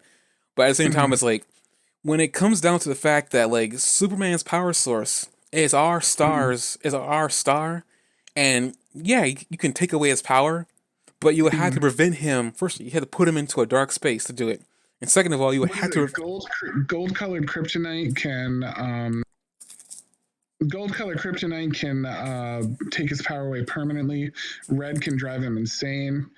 Darkseid once manipulated him into becoming a bad guy. Um, Superman's overused his powers at times and like done damage where it was when he was trying to help. Guilt is a big power for him. Lex Luthor's his mortal enemy because Lex Luthor fights him in a completely different arena. He takes the political side, turns his people against him and stuff like that. Where like he makes the people hate him, which takes his ability to away to do good. Like there's a lot of ways to take on Superman. I look at it, it still doesn't matter when like. And I always stood by this whole like this is like one thing I kind of summed it up with is like I Mm-hmm. mean and every DC hero is kind of guilty of this too. Um, Mm-hmm. for whatever reason, and I don't understand why this is written in for every character, but like usually like I believe that they're only as strong as they need to be. And I guess like a perfect example, Superman when he fought Darkseid, he needed to be that strong to be able to take him on. Mm-hmm. Stuff like that. Like it irritates me that like they fall under this at least this role that I came up with. Like it's so stupid to me. Like I enjoy Batman because he's at least the pinnacle of humanity, and you know there's some problems with Batman too that I have. But like, I can sit there and enjoy Batman more because there are circumstances where he could die. Superman doesn't have those everyday occurrences of getting shot by a bullet that might kill him. Like, Mhm. and the only recently with the new power he developed, which is a supernova, where he'll become human Mhm. for an entire day, where he goes back to being Kryptonian. I mean, yeah, Mhm. that's cool, but like he ain't gonna use that. Like, it's such a stupid like thing to give him, and you know he isn't gonna use it. Now, I'll put this in parentheses too. He probably wouldn't use it unless he had to. That's 100% Mhm. true. But he's definitely gonna make sure he doesn't have to.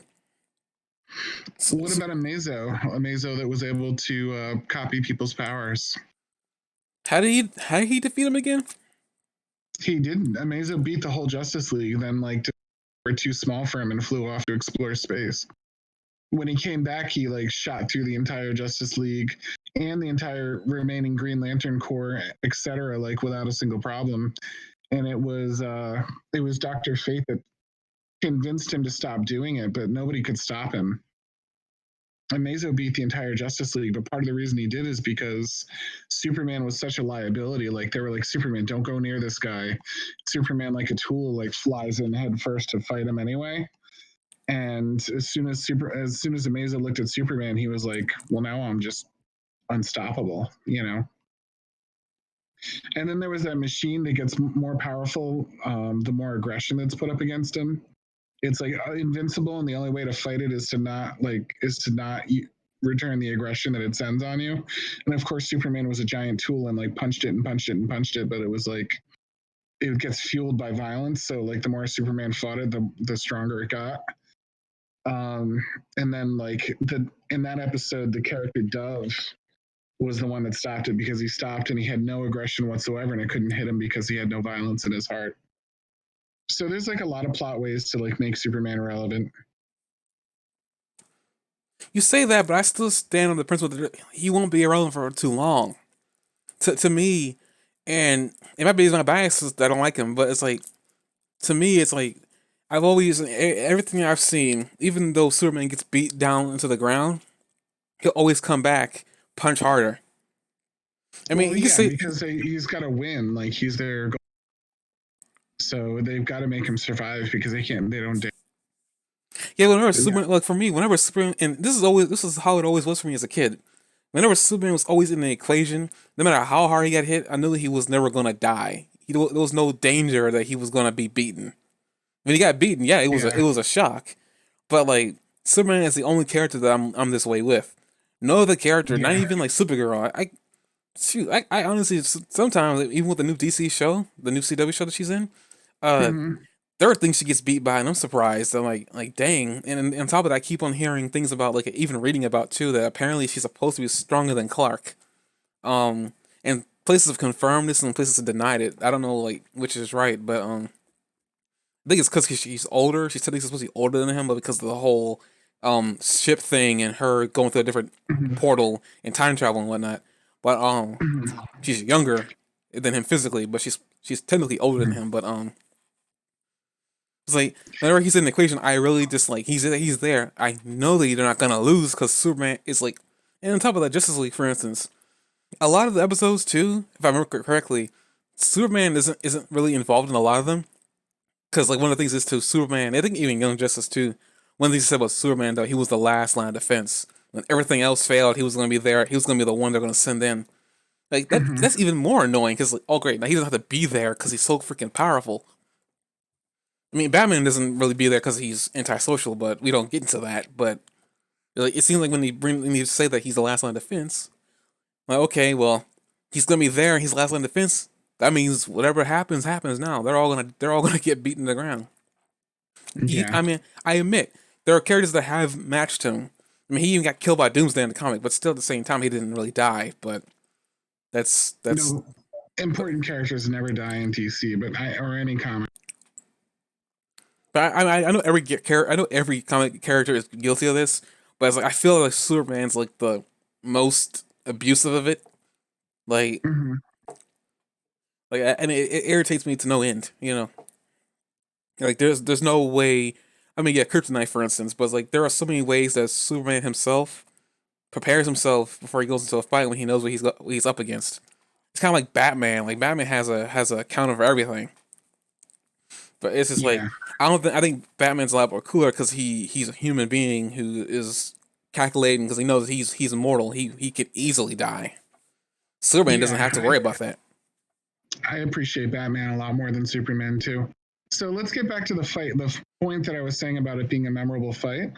If that one doesn't work, what about the gentleman fight? Like as you're watching the fight with Deku versus Gentleman, you're learning about the characters. Like the fight was set up in a way where you learn about the characters as they're going. Like you learn like Gentleman's motivation, you learn about her power, you learn her power is like directly connected to the plot so that you see like when she like you get to learn about their love together and what they share and that it's real love and you get to see like Gentleman's like starting to realize that he has to fight instead of run and like there's that transition from him running away to standing and fighting and then like the idea of like Deku like going like you would testing him and like they have verbal banter through it and he's like you're going to do this to a little girl and Deku learns that he used to be like want to be a hero too and that he's lived as a failure and the two of them bond and get like closer together like as they're going and there's a conflict towards the end where he's like well I beat you but like I'm kind of conflicted about whether I'm not going to let you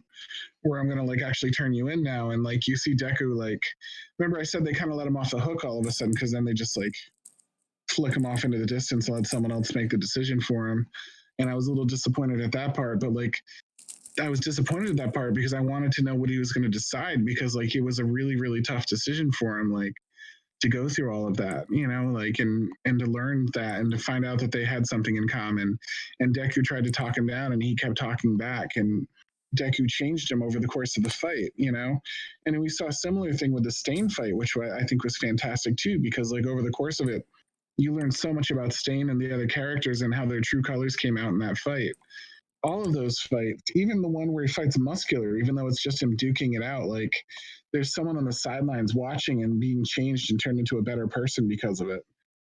And Deku learns a little bit more about power and like you learn a little bit more about how Deku's growing as a fighter and stuff like that. I don't see any of those like plot developments and any of those like awesome moments that like even in the My Hero Academia that made that a fantastic fight. I didn't see those in that fight as much. Like Deku wasn't tested. Deku wasn't grown. The enemy and Deku didn't banter. The enemy didn't like grow. You didn't learn much about the characters either. Like it was all like I don't know, just not as like solid as some of the other fights, even in the series. Well, I don't think Overhaul was meant to be that character. On top of that, we already by the time I mean and throughout the fight we see what's going on. I mean, like they even show that like they start like opening more eggs and layers towards like Overhaul's plan. Mm-hmm. Because at first it seemed like all Mm-hmm. he was trying to do was take over the world for the Yakuza, but you start figuring out that all he really wants to do is pay back an Mm-hmm. old man who already told him he didn't have to. If anything, Yeah. like the more what I learned from what the more I learned about him was the fact that he was as much as I bash the guy and don't like his decision Mm-hmm. making and stuff like that, taking Mm-hmm. that all aside, all he really wanted to do was pay back a guy who took him in when no one else would. Would I have loved to know why he was on his own to begin with? Yeah, but I don't really care about him as a character after Mm-hmm. finding out that he was the one who put his old man in a coma. Yeah. But even the stakes, dude, like even the stakes, if he had gotten away, like he already lost his team, he already lost Aerie, he already lost his like bullets, he was gonna run away with pretty much nothing and have to start from scratch and just be set back. And it would have been the other superhero group all over again, like just a secondary one with like one guy left instead of a small group of people and having to rebuild from scratch kind of and like it would have just been a rival group like he wouldn't have I'm sure he would have rebuilt but like he didn't leave with anything where it was critical like to catch him it was just very convenient to catch him at that point because that saved him a lot of trouble but we knew even Lemillion even though he's fantastic we knew that there had been at least one other hero that could have taken this guy on at some point and in his monstrous form he was going to be in a lot of trouble anyway like it was going to be really hard for him to like do anything and not be noticed because he was now a monstrous thing.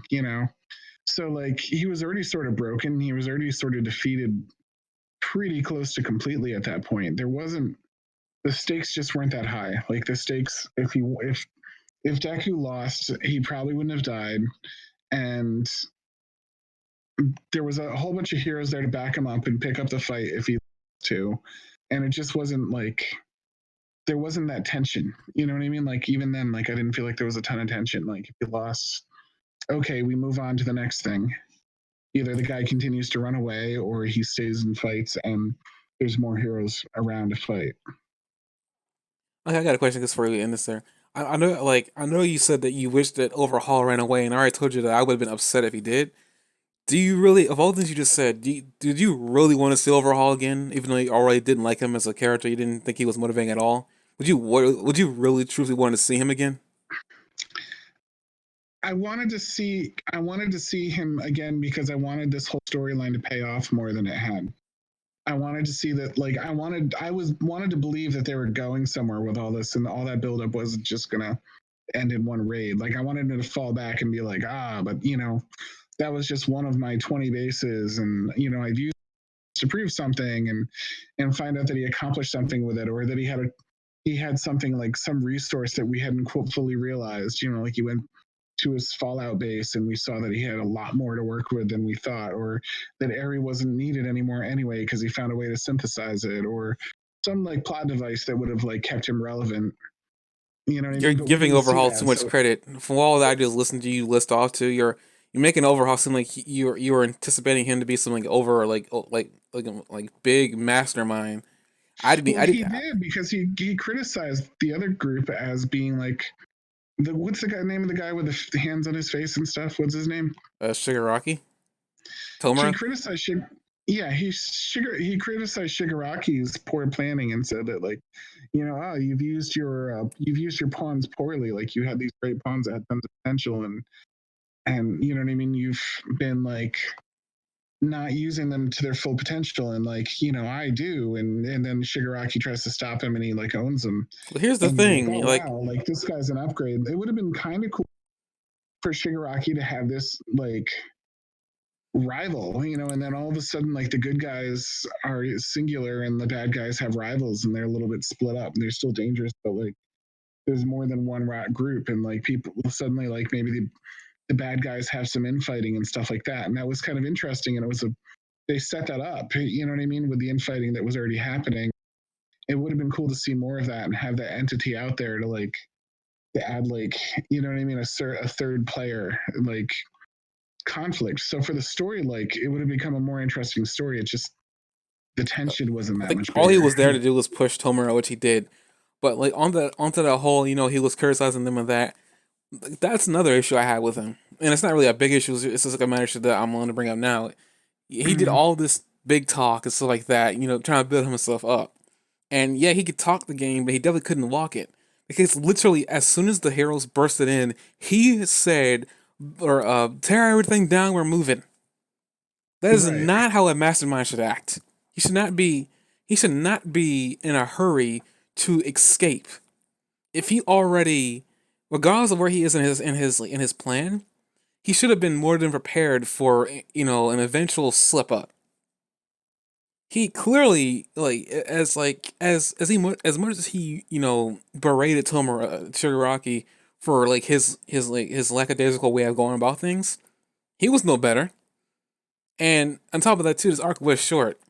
I'm not sure what the creator of the series was really going for with this guy, but I feel like he was trying to make it so that Shigaraki had a reason to get better versus just suddenly getting better. Yeah, I So get that. It just he wasn't good enough. He wasn't. They hyped him up, and I believed it. And he wasn't good enough. And then when he turned out to be a disappointment, they didn't even really pay that off. Like I don't know. They could have paid it off. Like if he was going to go down that hard, should have had it be for a really plot relevant reason. But he just kind of went down. I think it was a plot relevant reason. Like I said, this all ties to Tomura. Like in my mind, You can say that, but the guy that like literally his twerk is interrogate straight up asked them if they had heard anything about a plot against him, and they said no, which means they had to answer it truthfully, but they never really explained how that was like. But Tomura didn't have to. He never said there wasn't. It wasn't. The question was, have you been told about any plot against him? And Right, that which was the implies truth. that they did that on their own. So you can't give him credit for it because they did. No, I'm pretty sure Tomura there's been characters in any anime where like they'll say something to a character and they don't really say it in words. It's kind of implied. Because I mean, everybody in that group, not just Tomura, like had an issue with like overhaul in the first place. Like all I really saw was they were trying to give Shigaraki some ammo, and they literally gave it to him in the form of quirkless bullets. Um, Yeah, it uh, just didn't. It didn't work as well as it could have. It was, like I said, it just, the whole thing was like disappointing in a way that most moments in My Hero Academia weren't disappointing at all. I hate it? No, but was I impressed with it the way I was impressed with other moments in My Hero? Yeah, absolutely not. I don't think it was like worth spending like a huge budget on. I think that they could have done better than that. I will say the arc, like, it's definitely more disappointing of the arcs in up to this point. But like, I look at it as like this: every Mm. show is gonna have an arc where they like they drop the ball. And like, I think one of the detriments to Chisaki is the fact that his arc wasn't really long.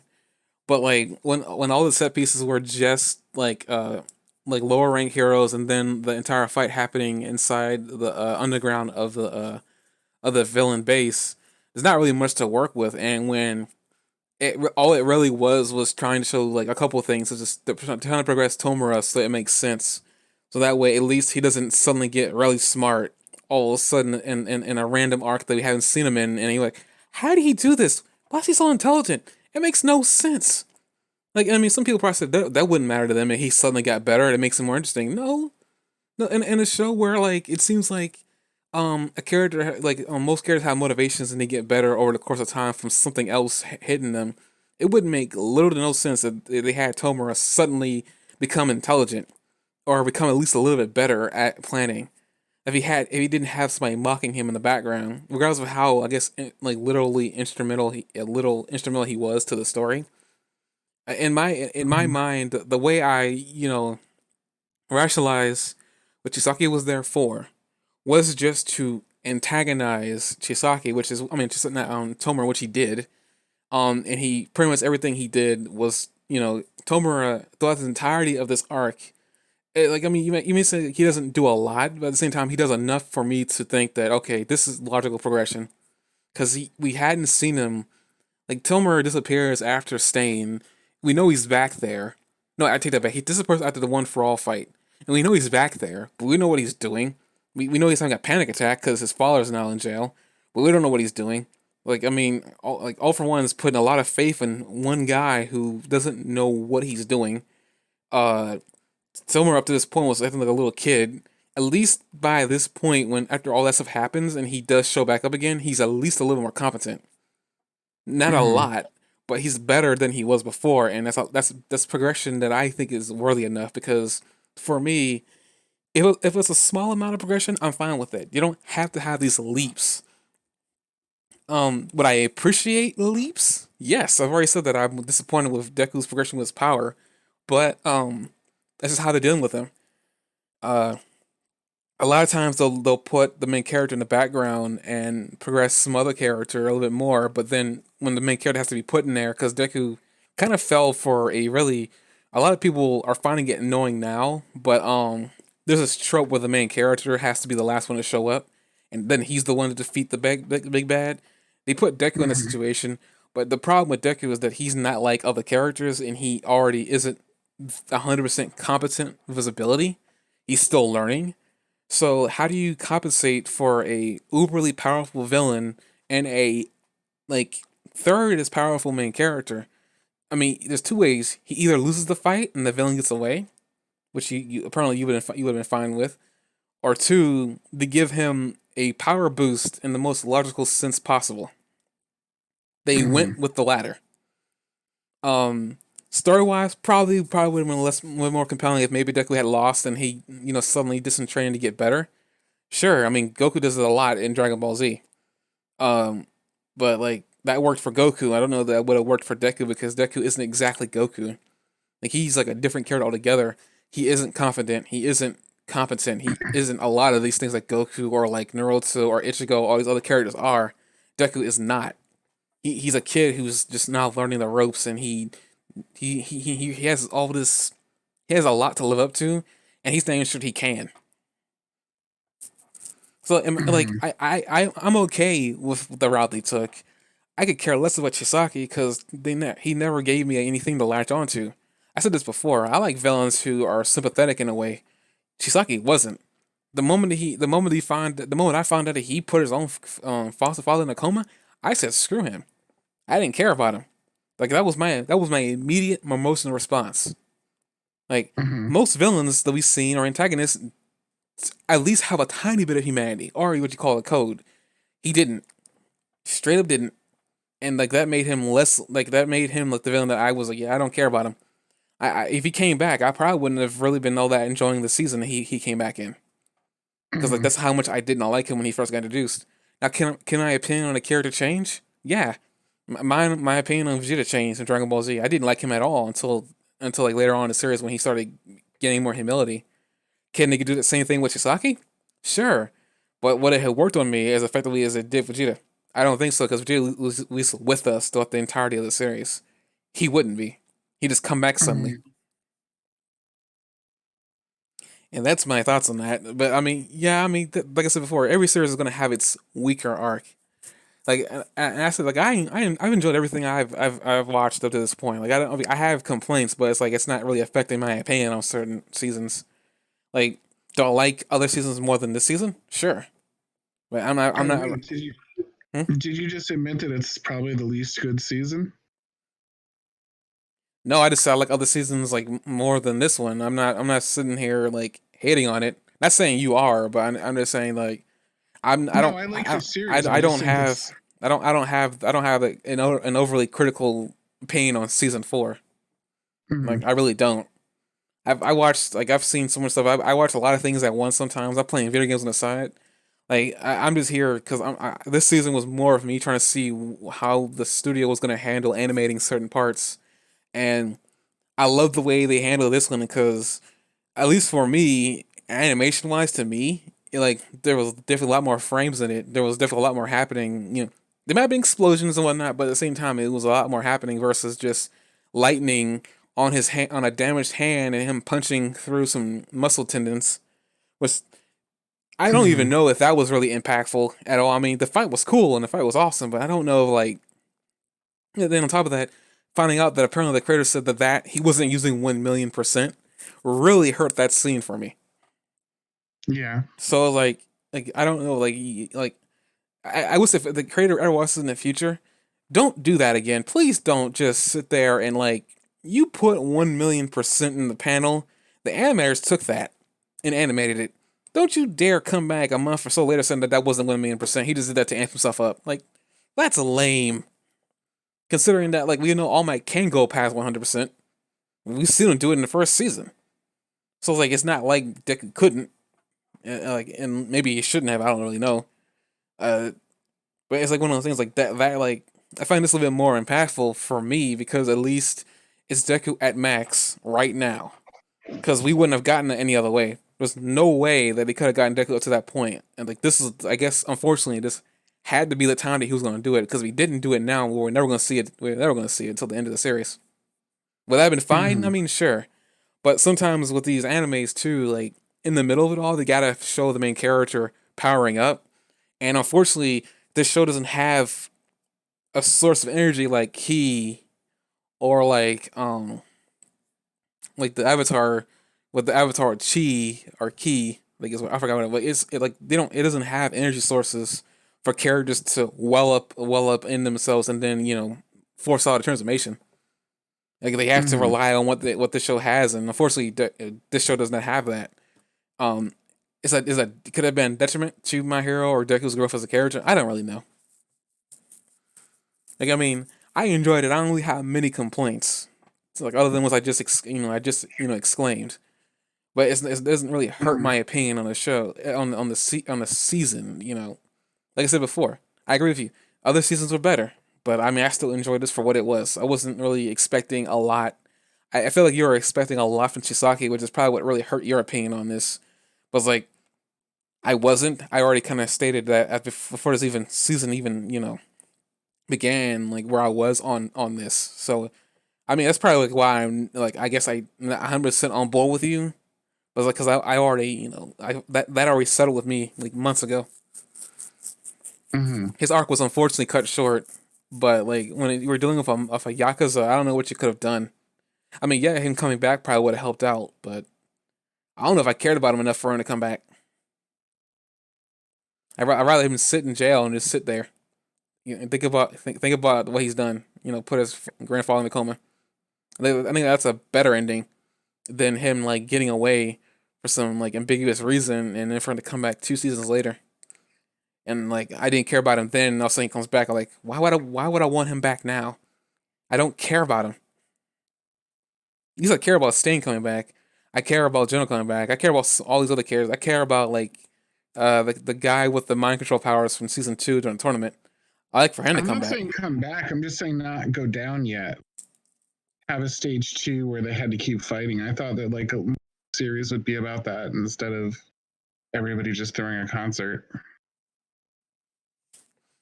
I feel like we needed like a calming down time and nothing like we don't need to be going into like serious things all the dang time. Yeah, I get what you mean. I don't know. I don't even know I because don't I don't like the like calming down time as the second half because I want the series to continue, and I feel like it didn't finish with a ton of energy. It finished with kind of a wind down. well, I mean, this anime is now part of the culture of like seasonal shows. I mean, like I'm Like, what right. if the MCU instead of Endgame ended with like everybody going to the beach for a great time? It was like a 3 hour movie, everybody at the beach. Be like, oh, look at the wind down period. No, it was like bullshit. You know. I feel like someone that still like, kind of keeps coming back. I mean, I don't know.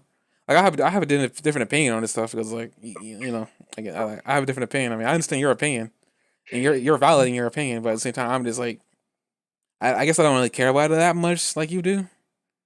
Like I've been to this whole rock and roll band. Like I've seen a lot of it. Like I mean, like I've already seen a lot of this in other shows. I've just gotten used to it. I mean, that doesn't mean it's acceptable, but at the same time, it's just like I've fans make complaints about certain things all the dang time, but the creators of the series don't really listen. I mean, like Mm-hmm. this show at this point, like the closest we gotten to that is with Bubble Girl and Center Peter, because those were original designs by fans of the series in Japan. The creator didn't make those. Well, that was the closest we got into like fan input. And like, another thing too is like it's not like she's like he can't come back. Is that he probably won't come back in any role dangerous capacity because he's now quirkless. Well, what would you call that? It's not quirkless, but it's like he can't use his quirk right now. So Same thing. Good enough. like I said before, like I don't know if I really wanted to see more of that guy because for me, after you reveal like now another thing too, they probably could have kept that whole thing if they were going to continue with them, they probably could have kept that whole thing a secret. And then we probably wondering, later seasons, like what happened to that guy? The guy who they put in a coma. Like they could have probably kept that hidden, and maybe my opinion on him would be a little bit different in terms of like I wonder what happened to that guy. Like, who put him in a coma? Because we spent that entire season of wondering why is he in a coma in the first place. He seemed pretty okay up to this point in all the flashbacks. Like nothing Mm-hmm. was shown that he had any like health issues. But like for me, it's like I'm done with him after he did that. Maybe that's a very exaggerated way to deal with that. But it's like you don't do that to a character who was already shown to care about you a lot, and all you want to do is pay him back, which is what you keep on saying. Like I don't believe that. If all you want to do is pay him back, and he already told you didn't have to pay him back, you should stop. This is my like my common sense. Like well, okay, he I says he mean, doesn't want me to stop. I mean, he doesn't want me to pay him back. I should just stop doing all this reckless stuff.